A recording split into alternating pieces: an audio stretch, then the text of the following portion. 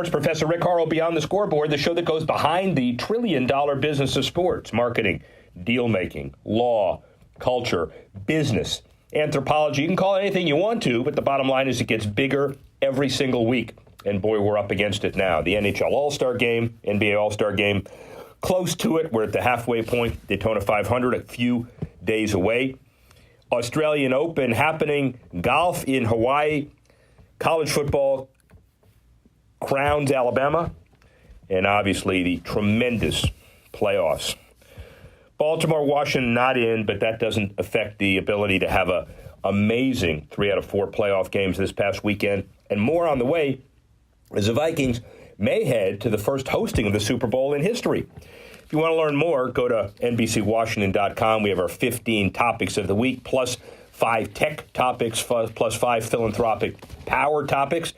We get CSN-NE and all the other regionals, but NBC Washington, the home for all of this. And you ought to take a look at our join us on Apple Podcast, Google Play, Audio Boom, Stitcher. Look for us all over the place. And this week, very interesting guests. We celebrate hockey, basketball, football, soccer. It all combined. So we also celebrate sports people in the mold of Abe Pollin, a tremendous sportsman in the Washington-Baltimore area, but viewed as kind of the father of sports in North America. Someone who came up at about the same time, Richard Petty. He began his career in marketing after graduating University of Windsor in Canada, 96, but he's been involved in many ways. The president, CEO of the Raptors. He was also president, CEO of Maple Leaf Sports and Entertainment. The Maple Leafs and the Raptors merged at that point. He ran the company for 14 years and oversaw the building of Air Canada Centre, the launch of the Leafs and Raptors TV, the expansion of Major League Soccer to Canada, the creation of TFC, and during this time, the building of Maple Leaf Square occurred. Under Richard Petty, the MLSE grew from a $3 million enterprise value to $2 billion property. And he believed 4 core values: excite every fan, inspire our people, be dedicated to our teams, and be leaders in the community. As we're coming up on NFL Championship Weekend and Super Bowl and the intersection of all of those sports, let's hear what Richard Petty has to say. Sports Professor Rick Horrow, Beyond the Scoreboard, keeping score in the boardroom. Diversity is the name of the game, and we're here at this primetime conference, the 10th annual, as we do every year. This is different. We have somebody whose head probably gets a little tired because he has 14 million hats that the guy wears. He's Pagula Sports Entertainment. He worked with the Jets, the Browns, a whole bunch of other teams, IMG, diverse experience, and now diverse and diverse. Bruce Popko, how are you? I'm great. Thank you for having me. So we don't have enough time, but kind of go through your career from teams to IMG and then Pagula Sports. Sure. It's really been almost primarily in football. Yeah. Grew up working for the New York Jets, went to the league office, which is in Manhattan, got recruited out of there to go to San Francisco, spent a few years there, then ended up migrating back to head east towards Cleveland. 12 years in Cleveland, split between the Cleveland Browns and then IMG, to your point. Working on the golf side of the business for 5 years, and then got the itch to try to get back into football, and went to the Bills, and have been there for starting my 10th season. So before we talk about Pagula Sports a bit, because it's not just football, sure. It's lacrosse, it's minor league, it's everything. The IMG piece was primarily golf, and you're primarily a football guy. The skills that you need to master all of those jobs, are they more similar or are they more different? Very similar. I think ultimately you're still relating to the people, whether it's a sponsor that you're looking to get on board, whether it's managing an athlete and something that they're doing. I actually managed 2 players during my golf days there. Padraig Harrington I did domestically, and then Natalie Gulbis on the LPGA side. So 2 very different personalities. And he was winning when you managed him. Yeah, Padraig had won the British Open at that point. Did you have any input in No, I was really his domestic stuff, so kind of helping out here and there and with some deals and things like that. Natalie was much more kind of really direct input, helping her out. She was at a point in her career where she had been injured a little bit, so she was trying to get back to kind of the stability of being on tour and playing a normal tour schedule. She was and still is one of the most personable. I mean, someone that really you could send out into any situation and he knew would be it would be, just fireworks and everybody would be excited about her presence. Still stay in touch with her today, so I mean, she's a great person. So. But golf, women's, men's, lacrosse now, minor leagues in all contexts. But then Pagula Sports was really giving you an opportunity to cover the waterfront. Yeah, for sure. It's, as I always say, sort of deal making is deal making. Yeah. Regardless of whether you're doing it in either a sponsorship and advertising realm, we're doing commercial real estate development now in kind of the near proximity to the arena. We're doing, lease fronting kind of the conversation even in Rochester with our minor league hockey affiliate, the Rochester Americans. So, yeah, sort of doing deals is sort of doing deals. You begin to draw in expertise for things that you don't have sort of maybe core competency against. But ultimately, like, being able to strike the deals is the most, inspiring part of what we do every day. Let's talk about the Bills in the NFL first. New stadium, process, what's going on? We're at this sort of inflection point where we've got, after the season, we'll have 5 years left on the current lease, for now what is a 43-year-old building. Yeah. Bones are still good. We put, a bunch of money into it 3 years ago now. So it's doing well. What the long-term viability just physically of the building is the next thing that we have to study. I think there's a lot of talk about, building a new building would be great, developing kind of this enormous downtown entertainment district maybe around the arena where the Sabres play would be wonderful. It's a long process. I mean, if we sort of reflect on Atlanta, and Atlanta had their land already basically right next to the Georgia Dome, and that was still 10 years. So even if we kind of tell Terry and Kim Pagula, our owners, even if we start today, we're probably 8 years in a minimum because we probably wouldn't go as grand as Mercedes-Benz, and what they did in Atlanta. But I will tell you, it's a very long journey. We don't have those answers yet. There's so many twists and turns, and really, the economic equation to take on that much debt in a market of our size is difficult than doing it in a top 20 market in the United States. But Western New York loves the Bills, and the public-private partnership opportunities are still there. For sure. And I will tell you, it's been a really strong partnership that we've had with both the county and the state of New York, Erie County and the state of New York. That will continue. The leadership there has been great. This will now become really kind of big stakes poker, though. I mean, this is really now you're talking about what will probably end up being hundreds of millions of dollars deployed somewhere, either in the existing stadium for the next round of kind of super renovation or trying to figure out if a new building makes more sense for us. You realize some of the deals that have been done, and are all over the map, but Steve Ross went into the super renovation, and now he looks back after $500 million, and his bones are fine, but it's an entirely new facility. It is. It's an entirely new facility, and I think that much like his orientation, really supplementing and creating the best fan experience that he could possibly do is at the forefront, I know, of a lot of their thinking, because it was, to your point, it was good bones, but the fan experience elements of it were probably substandard. And I think he's changed that very dramatically. And, to your point, you said you'd gone to a bunch of games. Just the vibe there is different than it was 5 years ago. It's no longer just an open-air stadium. Right. It is not an open-air stadium. Right. Yeah. Retractable opportunity there? I think that at least what Terry Pagula, our owner, has said is he likes open air. He likes, the inherent advantage that we have of being open air. If I was to speculate, and it's really kind of more a little bit of my own speculation, just listening closely enough to him, I would think we'd probably do something more like Seattle, where you'd have a roof that would cover a good portion of the stands, but still be open air, and kind of go with that sort of model. Where's Toronto fit in the regional equation of all this? Hugely important. You can't ignore 6-7 million people that are up here. Really that Southern Ontario side of us and that draw that we get from kind of Hamilton on down becomes a vital part of. They're a little bit less relevant in terms of season tickets, but they're very relevant in terms of individual games. Like, they really participate in game by game, kind of decide how they're going to interact, but it's a pretty big portion of our fan base. Why are the cynics being listened to so much for the NFL now, business-wise? The ratings, the injuries on Thursday night. There's the same arguments, but people seem to be listening. I think that when you're on top, the arrows kind of come with a little bit more frequency ultimately. The funny part is you never hear the ratings decline conversation ever done in a comparative sense. It's always done in absolute terms of just us, but you never put it against where is primetime falling? Where are other sports falling? And you sort of say it's also off of a much bigger base. So ultimately, to have that kind of drop off of that big a base, you sit and I'm always most concerned with what are the TV executives themselves saying. Yeah.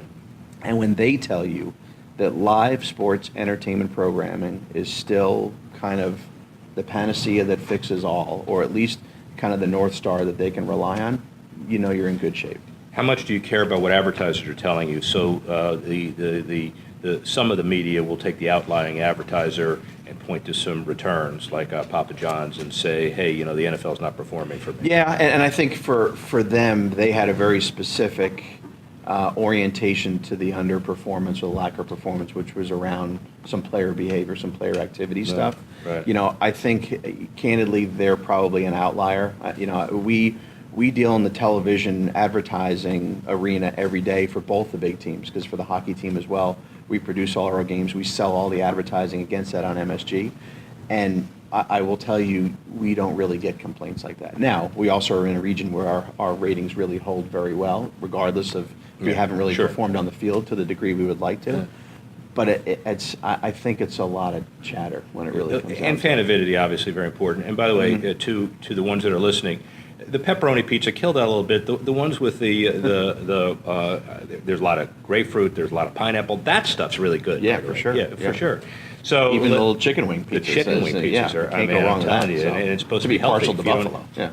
Right, exactly. But it's hard to eat the pizza without the bread. But that's another entirely different story. Right. So, all right. So on-field, on-ice performance. Let's shift to the Sabres for a second. You have a magnificent development plan for downtown Buffalo. Tell us about that. Yeah. So we are in a 21-year-old building in KeyBank Center. So we are sort of ripe for that next level of renovation.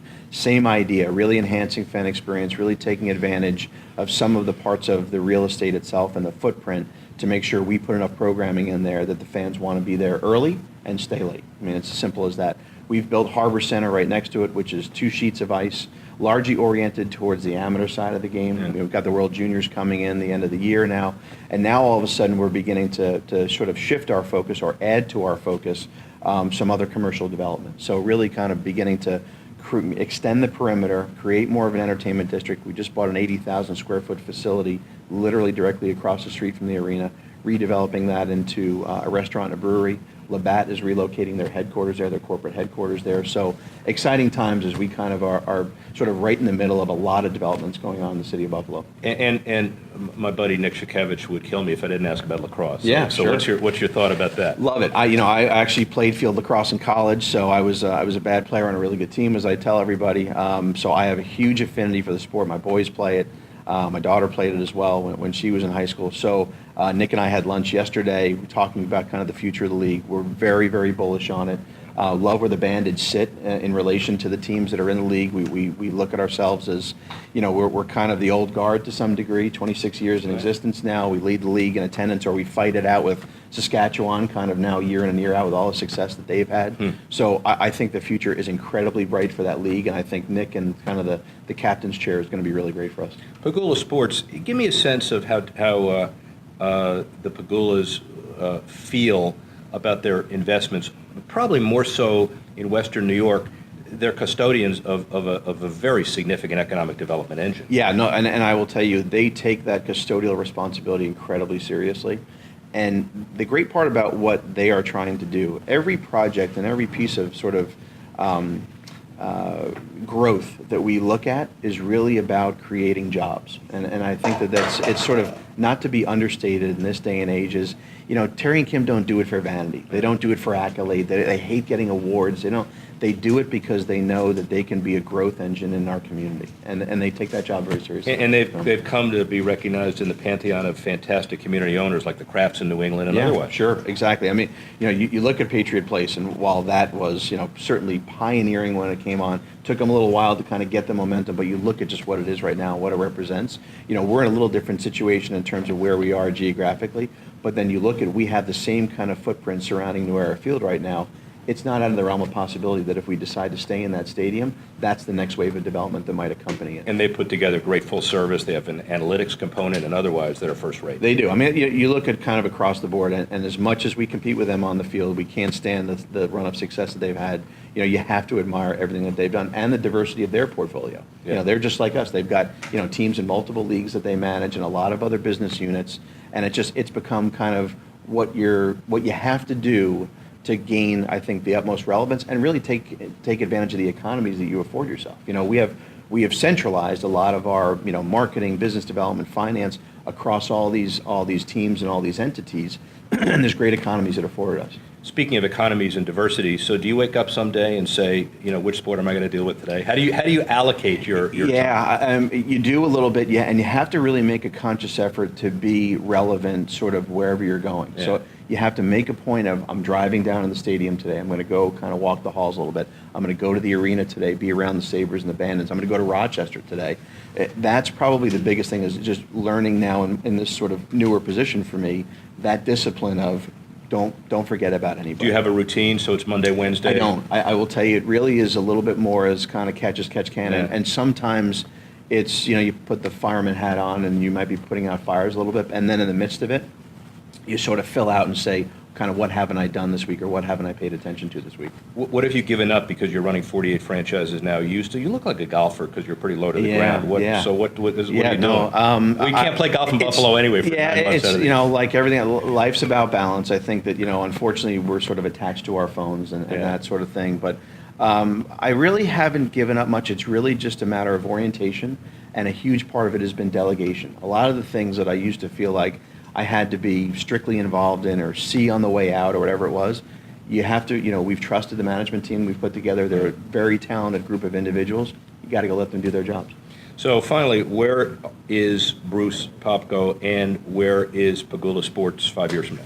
5 years from now, Tom is retired, hopefully, and not playing for the Patriots anymore. There's a direct message. Jack has maybe Eichel's got it, maybe his second ring on at that point. It's all trending in the right direction. I think that you sort of see where these franchises are going. You see where Buffalo is going as a city. When I got there, there were never cranes in the air. There were a lot of, closed up buildings, and it just, the orientation of the city and the city getting beyond kind of feeling sorry for itself or having to make excuses for itself has really changed. And I just see that it's going to sort of catapult, I think, from here. Testimonial about sports and economic development. Without a doubt. I mean, we're part of it. There's a huge medical community there. There's a lot of other things that are driving it. And we're really happy to be hitting it at kind of just a true renaissance moment. So as work-life balance continues, next time the Bills are down south, we need to tee it up.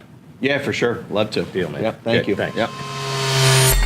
Richard Petty clearly has a different and amazing perspective as we take a look at all of the sports. And obviously, the key ones now are focused on the pigskin variety. The NFL playoffs draw to their thrilling conclusion this coming weekend. The trend in the NFL appears to be throwing money at free agents, big money. The cap explodes from $120 million to $167 million over the past 6 years, rising at least $10 million per year in the past 4 seasons. And the team-building strategies completely different over the last few years.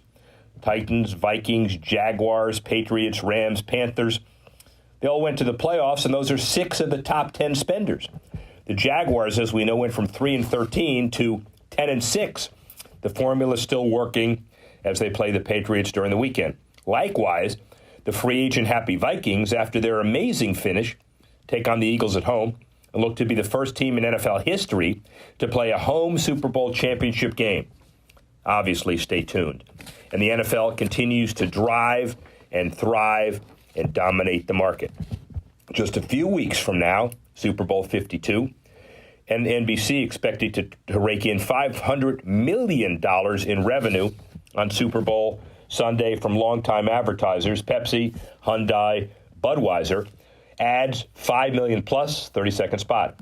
Numbers are similar to last year, and Executive VP in Sales and Marketing Don Lovinger from NBCU confirmed the numbers, also added that advertising demand for next month's Olympics in Korea has been similarly strong. For the Olympics, the net's projecting an audience close to 21.4 million viewers tuned in each night to the 2014 Sochi Games, a projected $900 million in advertising revenue from the Olympics alone. And the events, by the way, only 5 days apart, should bring a major windfall of cash to NBC. And obviously, that's what they planned all along. NFL other media news, Amazon said its Thursday night NFL audience outpaced Twitter. 11-game Thursday night football NFL package. It said their viewership numbers are pretty high. And they claimed victory over Twitter by an average minute audience. The numbers that Amazon provided to Sports Techie indicated that AMA tuning into NFL action on Prime Video for at least 30 seconds more than 310,000, a number said to be about 17% higher than Twitter during the 2016 season. Amazon used a 30-second AMA increment because they said that data point was most compatible to average TV ratings and thus more similar to the traditional Nielsen numbers. Bottom line is, whoever is leading or not, we've been an advocate for compatible measurement all along. Eyeballs on TV, eyeballs on Twitter, eyeballs on Amazon, Facebook, Snapchat, iPhones, iPads. They're all important eyeballs. And eyeballs on devices are young eyeballs. Young eyeballs have their parents buy old goods. Really important. Other TV stuff on the NFL? Tom Brady, a documentary granting filmmaker Gotham Chopra sweeping access to an array of intimate settings, including footage of Brady at his Brookline, Mass. Home with his family. The 6-episode series, titled Tom versus Time, meant to give fans an inside view of his life off the field and how the quarterback's been able to remain so effective this late in his career on it. He doesn't discuss anything related to prayer protests, trading Jimmy Garoppolo, or his polarizing body coach, Alex Guerrero. Yet, this looks to be a well-timed extension of the Brady brand, especially when he's barreling toward another Super Bowl appearance. Saturday's thumping of the Titans, any gauge? You bet. How about another celebrity in the NFL pantheon? John Gruden, 10-year, $100 million deal. The San Francisco Chronicle said his introductory press conference was held at the team's Alameda Coliseum in their recently built weight room as being the biggest day of my life right now to have him here. Mark Davis says. 110 media members, 50 former Raider players. Gruden hung up the microphone when he left his position at ESPN, highest paid on-camera employee, to step back onto the sideline. And for $10 million a year, Gruden will indeed be expected to add some sizzle to the Raiders brand in Oakland and in Vegas before, during, and after 2020. And by the way, NFL owners may be seething because that increases the market rate for coaches. It certainly didn't require equity to be given to him, which would have been another entirely different kettle of fish for the NFL, giving equity to a coach that's supposed to be reserved for ownership. We'll see. And obviously a lot more to go with the NFL as we get closer to Super Bowl 52. Hard to believe it. We'll look at the NBA. Their most recent international game, a matchup between the Celtics and the Sixers, a success by the league after a sellout crowd packed O2 Arena in London. 36 European broadcast partners, Europe, Middle East, and the like. NBA coverage being created all over the place. And it's such a European all-star game for us and European contacts and fans. All of these folks will come to L.A. for the trade show that is the NBA All-Star Game, third week in February. And obviously the NBA International beating everybody to the punch as far as basketball is concerned. How about a tale of two cities? Well, first of all, the Timberwolves. They acquired Jimmy Butler in the offseason. 2,000 more fans attend the games this last season. They average about 16,000 fans, make it up to 17,000, and a 20% increase in season ticket sales following the offseason trade for Jimmy Butler.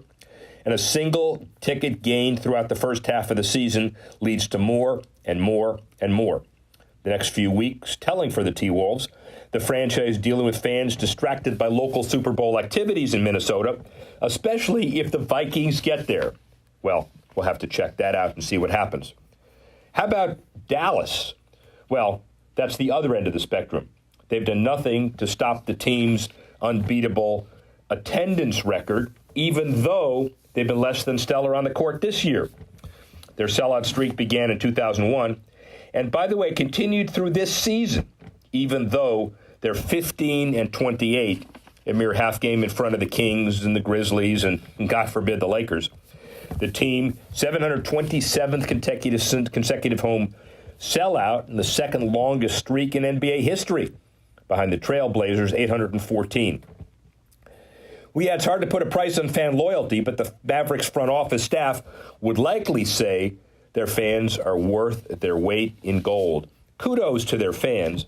Obviously, a lot of issues here, not necessarily related to quality.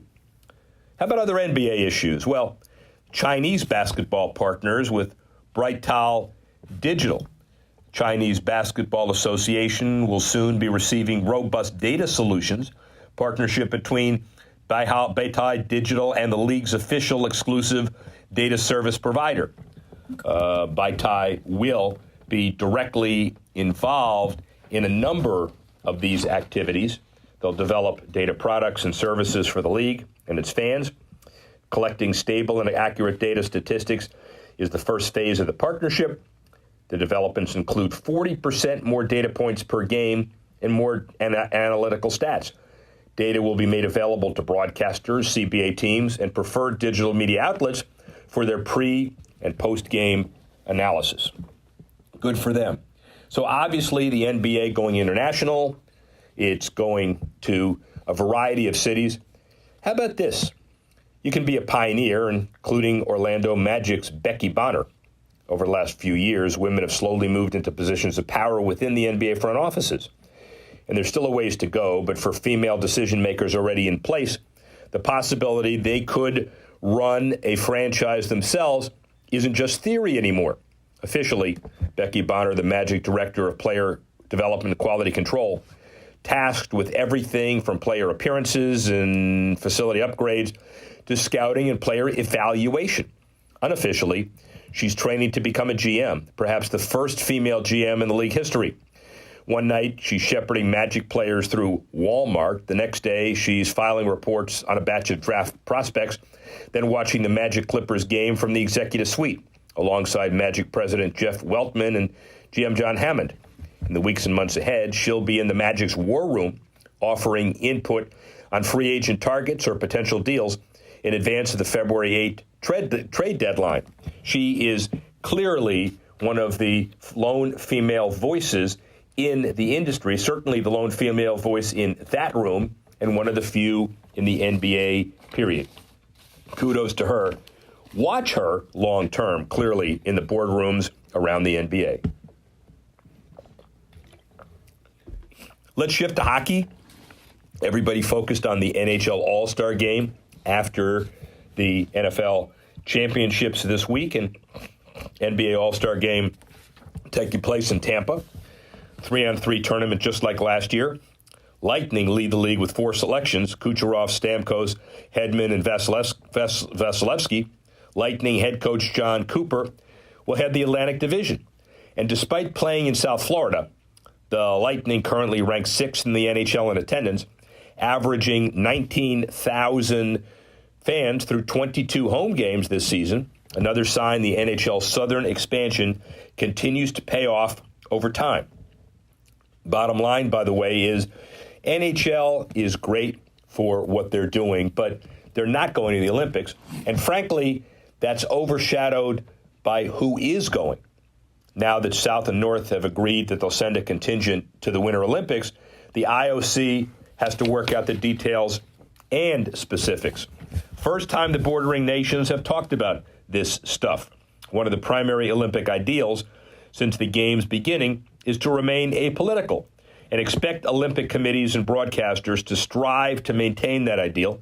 Athletes and politicians, especially those with big social media followings, are the wild cards. How about a South Korean and North Korean hockey team? It doesn't really matter how they play or whether they play well or not. It's like ping pong diplomacy 50 years later. And by the way, as long as the Olympics have a significant social good and they continue to do it, how about Afghanistan? Afghanistan is the first time that country has become a participant in the Winter Olympics, or any of the Olympics for that matter. The story of 2 Afghan skiers is a story that defies norms. They're going to make Olympic history at the Games in South Korea. Afghan Olympic Committee president registered the 2 in November 17, and news of their acceptance broke shortly afterwards. Their stories stand out. not only because of the first athletes to represent this long war-torn country, but because of their modest beginnings. Their journey to Olympic enrollment does not parallel a typical athlete's journey, but it reflects how true passion and love of the sport has been a driving factor for the two skiers. After living as a refugee in Iran for 13 years, the 26-year-old Husseini returned to Afghanistan and started skiing at 21. Farhang, who's 27, started skiing 7 years ago at the age of 19. Both skiers much older than most professional athletes when they're introduced to the sport. But we wanted to represent Afghanistan in a different way, to show the other countries that Afghanistan is not only war and destruction, said Husseini, one of the skiers. Exactly what the Olympic ideals are all about. Look for them and other superstars to cash in after the Olympics are over, regardless of the performance. Well, that's our performance for the day. We'd like to thank Richard Petty for giving us perspective about all sports. We'd also like to thank Dan Martin for putting this together with Tanner Simpkins. Next week, we have the anniversary of the Miami Dolphins' undefeated Super Bowl. Bob Greasy will be with us. We'll focus on the NHL All-Star Game, and we'll get ready for the Super Bowl. Thank you all for listening and watching, and join us once again when we go Beyond the Scoreboard.